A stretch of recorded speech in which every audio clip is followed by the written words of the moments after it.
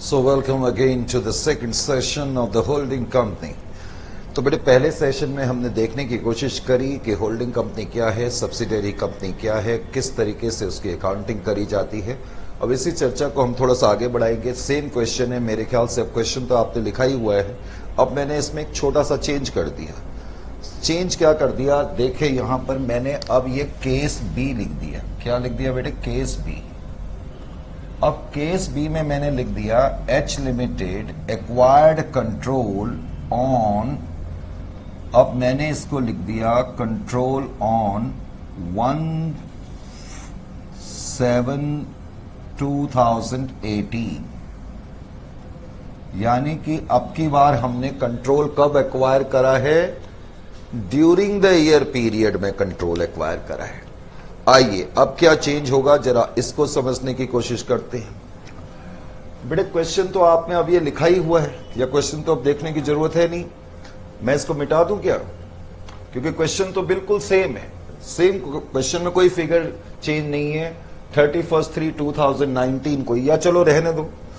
अब थोड़ी सी मुझे जरा स्पेस चाहिए तो मैं जरा इसको मिटा लेता हूं थोड़ी देर के लिए। आइए जी, हमेशा पहला स्टेप अकाउंटिंग का जो आपका होगा, पहले तो आप डिग्री ऑफ कंट्रोल कंप्यूट करेंगे। Degree of control, degree of control, degree of control compute करेंगे। उसके लिए आप हमेशा देखेंगे होल्डिंग, पहले तो सब्सिडियरी कंपनी के कितने शेयर्स हैं, number of shares of subsidiary company. तो number of shares of subsidiary company, number of shares of subsidiary company, subsidiary company के share 5 lakh divided by 100, 5000 shares हैं। इसमें तो अब कोई डाउट ही नहीं है। Held by holding company, held by H limited, यानी कि होल्डिंग कंपनी। तो एच लिमिटेड के पास 4000 share and held by minorities, और माइनॉरिटीज के पास कितने शेयर्स हैं सर? 1000 शेयर्स। लो जी, यानी कि सबसे पहला काम तो आपका डिग्री ऑफ कंट्रोल कंप्यूट करने का होना चाहिए। डिग्री ऑफ कंट्रोल का मतलब है कि सब्सिडियरी कंपनी पर होल्डिंग कंपनी का कितना अधिकार है और माइनॉरिटीज का कितना अधिकार है। अब आगे से आप एक स्टेप और करा करेंगे। सेकंड स्टेप अब आगे से, यानी कि आगे से अब हम जो भी क्वेश्चन करेंगे उसमें सेकंड स्टेप आपका क्या होगा, इसको मैं लिखूंगा analysis of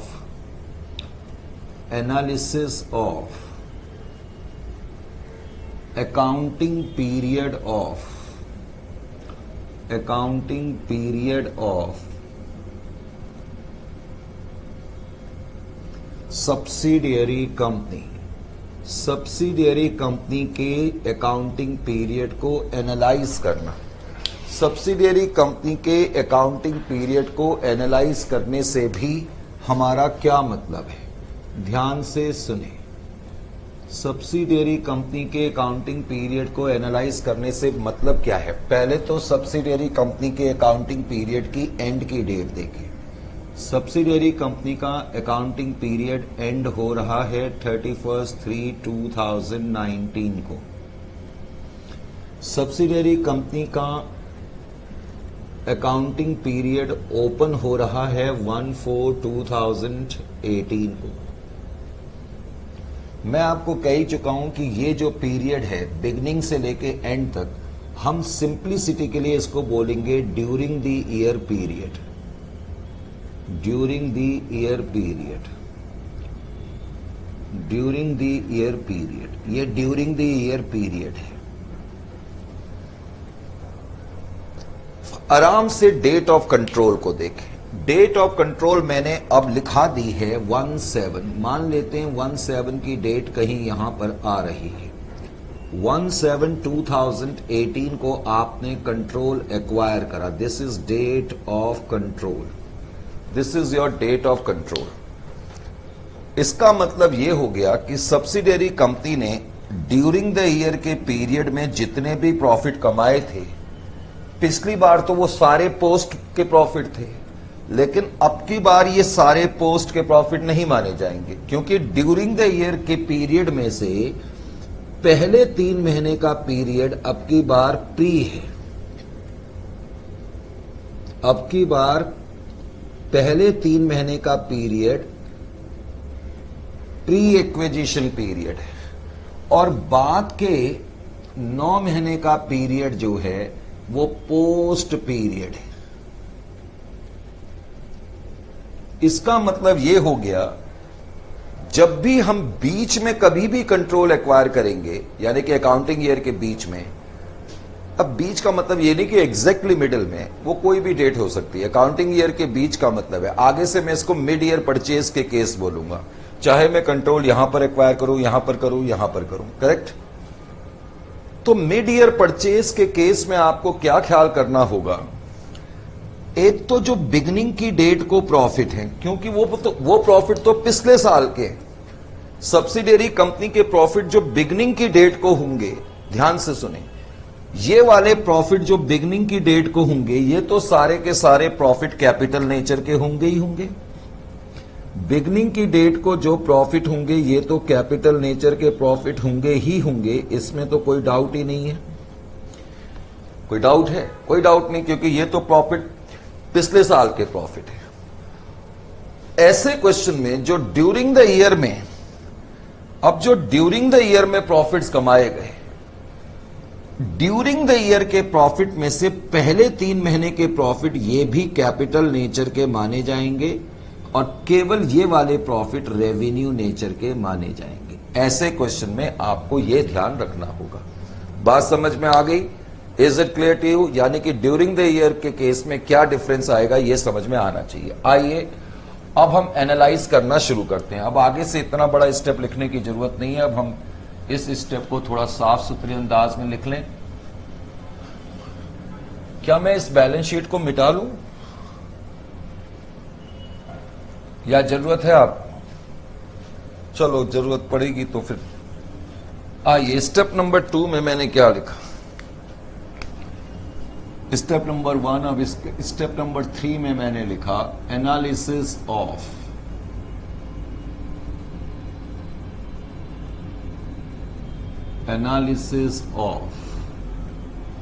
A profit and loss of course of subsidiary company. जो हम एनालिसिस करते हैं वो सब्सिडियरी कंपनी के प्रॉफिट्स और रिजर्व्स का ही करते हैं, करेक्ट।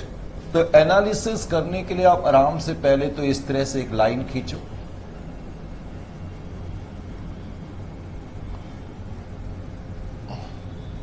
अकाउंटिंग ईयर के एंड में यानी कि क्लोजिंग डेट को प्रॉफिट 2 लाख का है, आराम से 2 लाख की फिगर लिखो। बिगनिंग की डेट को प्रॉफिट में 1,50,000 रुपए का बैलेंस है, इसको भी थोड़ा ठीक करना पड़ेगा, लेकिन balance and on this date ये जरा ठीक कर लेना, एंड बैलेंस ऑन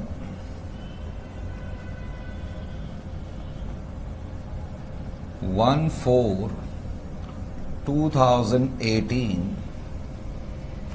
ठीक है। बैलेंस आपको बिगनिंग की डेट के ही गिवन है, क्वेश्चन में जो बैलेंस दिए होंगे वो बिगनिंग की डेट के ही दिए होंगे, ठीक है। तो बिगनिंग की डेट को बेटे बैलेंस जो है वो 1,50,000 है। तो इसका मतलब ध्यान से सुने, इसका मतलब है अब की बार ड्यूरिंग द ईयर, ये कौन सा पीरियड है? ड्यूरिंग द ईयर का पीरियड है, ये ड्यूरिंग द ईयर का पीरियड है।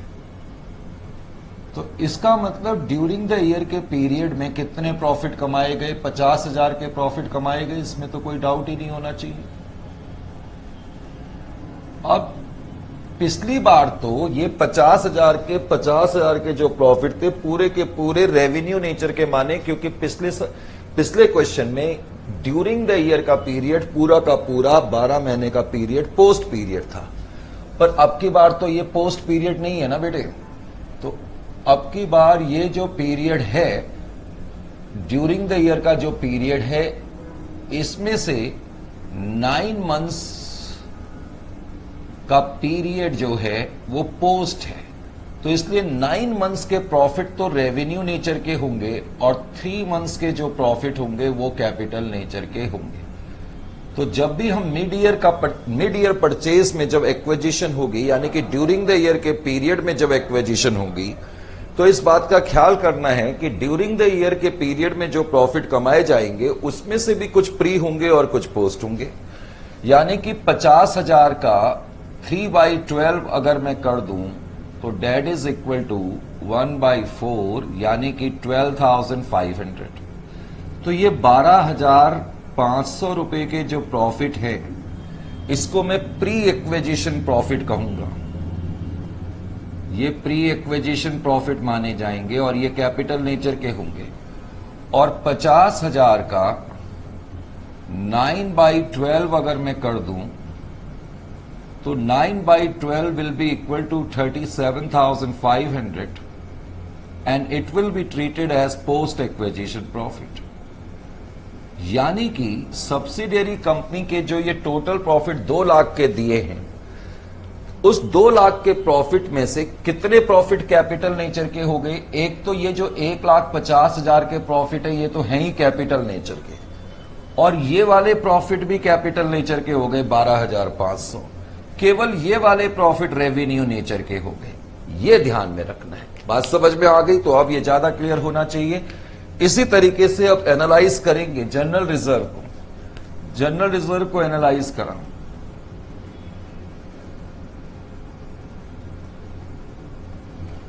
General reserve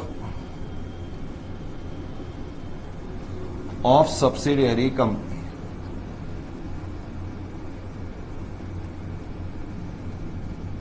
general reserve of subsidiary company को एनालाइज करा, तो जनरल रिजर्व को एनालाइज करने के लिए भी फिर तुमने वही तरीका अपनाया।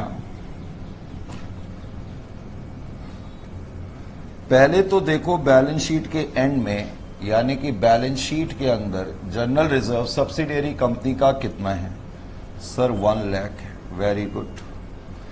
बिगनिंग की डेट को 1/4/2018 को जनरल रिजर्व में 75,000 का बैलेंस है।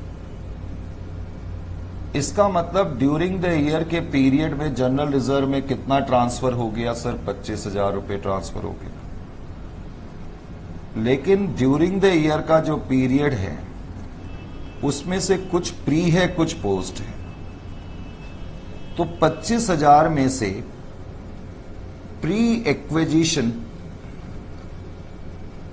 3 महीने का हो जाएगा।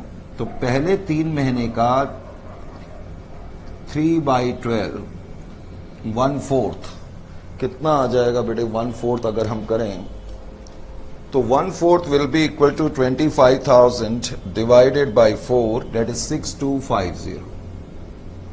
तो 6250 तो 1/4 हो गया। फिर पोस्ट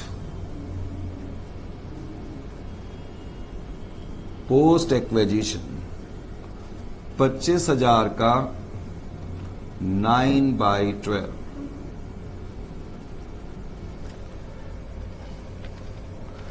18,750। यानी कि जो जनरल रिजर्व है सब्सिडियरी कंपनी का 1 लाख, उस 1 लाख में से इतना तो कैपिटल नेचर का हो गया, ये भी कैपिटल नेचर का हो गया, और ये केवल रेवेन्यू नेचर का हो गया। यानी कि मिड ईयर परचेज के केस में ड्यूरिंग द ईयर में जो ट्रांसफर करा उसमें से भी कुछ कैपिटल नेचर का होगा, कुछ रेवेन्यू नेचर का होगा। ये करने के बाद अब हम एनालिसिस पर आ जाते हैं। आइए जी, एनालिसिस टेबल में नजर आ रहा है। तो एनालिसिस अब हमने करा। प्रॉफिट एंड लॉस अकाउंट जो ओपनिंग बैलेंस है ये तो कैपिटल नेचर का होता ही है, 1,50,000। इसी तरह जनरल रिजर्व जो ओपनिंग बैलेंस होता है ये भी कैपिटल नेचर का है। उसके अलावा अब इस क्वेश्चन में प्री एक्विजिशन प्रॉफिट ये है 50,000 में से इतना प्री एक्विजिशन प्रॉफिट है, ये भी कैपिटल नेचर का माना जाता है। और post pre acquisition general reserve भी लिख ही लो। प्री एक्विजिशन जनरल रिजर्व 25 में से 3 महीने का 6250 का ये प्री एक्विजिशन जनरल रिजर्व है। ये प्री एक्विजिशन प्रॉफिट है, ये भी कैपिटल नेचर के हैं। तो कैपिटल नेचर के प्रॉफिट इतने हो गए पोस्ट नेचर के। अब पोस्ट नेचर के जो प्रॉफिट है वो केवल 37,500 है और पोस्ट एक्विजिशन के जनरल रिजर्व जो हैं वो 18,750 है। 18,750 है, करेक्ट। अब आप चाहो तो इनको इकट्ठे ऐड कर लो या अलग अलग कर लो, बात एक ही है। बल्कि फायदा किस में रहता है, आप पहले इनको इकट्ठे ऐड कर लो। इकट्ठे ऐड करने में आपको बार बार डिवाइड नहीं करना पड़ेगा। समझ में आ गया?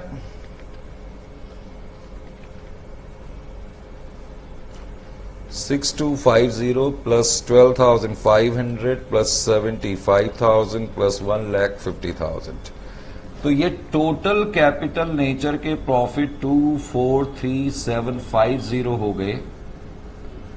तो टोटल कैपिटल नेचर के प्रॉफिट्स और रिजर्व्स में होल्डिंग कंपनी का हिस्सा तो इतना हो जाएगा और माइनॉरिटीज का हिस्सा इतना हो जाएगा। माइनॉरिटीज का हिस्सा 48,750। तो बेटा आप अलग अलग डिवाइड करोगे तब भी वो इतना ही आएगा या इकट्ठे ही कर लोगे तब भी इतना ही आ जाएगा। समझ में आ गया कि नहीं आ गया? तो होल्डिंग कंपनी को कैपिटल नेचर का इतना बेनिफिट मिला। अब जो पोस्ट एक्विजिशन प्रॉफिट है 37,500, उसमें माइनॉरिटीज का हिस्सा 7,500 है और इनका हिस्सा 30,000 है और 18,750 के जो रेवेन्यू नेचर के जनरल रिजर्व है उसमें माइनॉरिटीज का हिस्सा 3,750 है और हमारा हिस्सा जो है वो इतना है। तो रेवेन्यू नेचर के जो रिजर्व्स और प्रॉफिट्स हैं उसमें माइनॉरिटीज को कितना मिला, वो इतना मिला 11,250।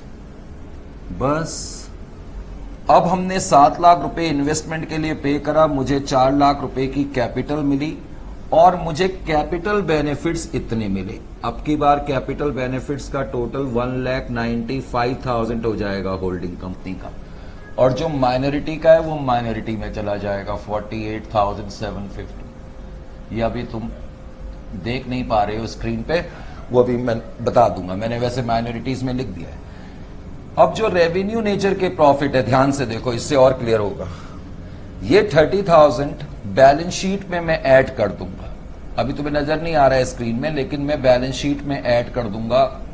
इसी तरह जो 15,000 का जनरल रिजर्व है मैं जनरल रिजर्व में ऐड कर दूंगा और ये जो माइनॉरिटी के हैं ये माइनॉरिटी में फिक्स हो जाएंगे 11,250। करेक्ट। अब की बार गुडविल में अब डिफरेंस आ जाएगा थोड़ा सा, तो 7 लाख माइनस 5,95,000, तो 1,05,000 गुडविल आ जाएगी। अभी भी गुडविल आ रही है। तो इस तरीके से इसको करेंगे। आइए इसकी बैलेंस शीट भी फटाफट बना ले। वैसे बैलेंस शीट में ज्यादा फर्क नहीं आएगा।